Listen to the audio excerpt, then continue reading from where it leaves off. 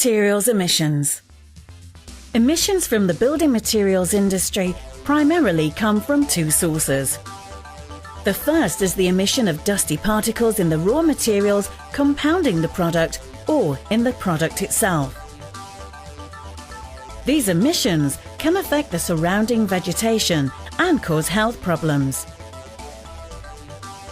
Because of its low weight, they can stay for certain time in the atmosphere and travel medium distances carried by the wind, and can also cause respiratory problems in high concentrations and long exposure periods.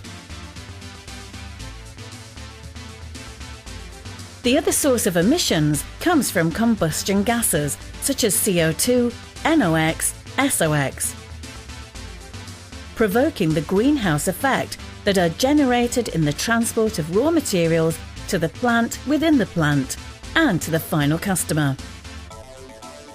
The most important is the emission of CO2. In the case of concrete, we are talking about the cement, aggregates and additives. The use of energy for the manufacturing industry may also involve associated emissions of CO2, according to the origin of that energy. The emission of particles also occurs in the aggregates industry during blasting activities, mining, screening, grinding, internal transport on conveyor belts, and external transport. The control of particle emissions is carried out by activities of containment, to isolate the source of emission from the environment, moistening materials and vials. The moistened particle increases its weight and rushes to the ground. Or paving, because the dust and particles placed in those areas with traffic of vehicles become a primary source of emission, being significantly higher when the soil is not paved.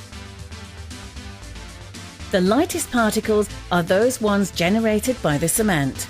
Although this material follows a closed cycle, it is transported in tankers, unloaded through sealed tubes, stored in sealed silos whose security is controlled by alarms, safety valves and relief valves.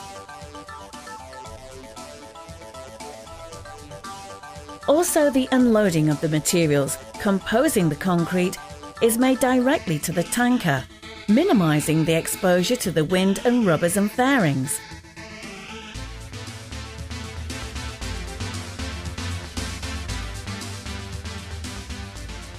In the case of central mixers, when loading the wet mixture into the truck, fugitive emissions are not generated.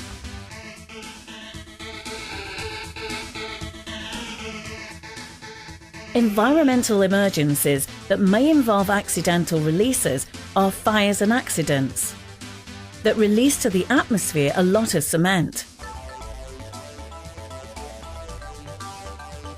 Environmental emergency plans should identify preventative measures such as bans, safe procedures, material means to be employed during an emergency, such as fire extinguishers, evacuation protocols if required, and the establishment of regular simulations to practice and be trained on the execution of all these actions.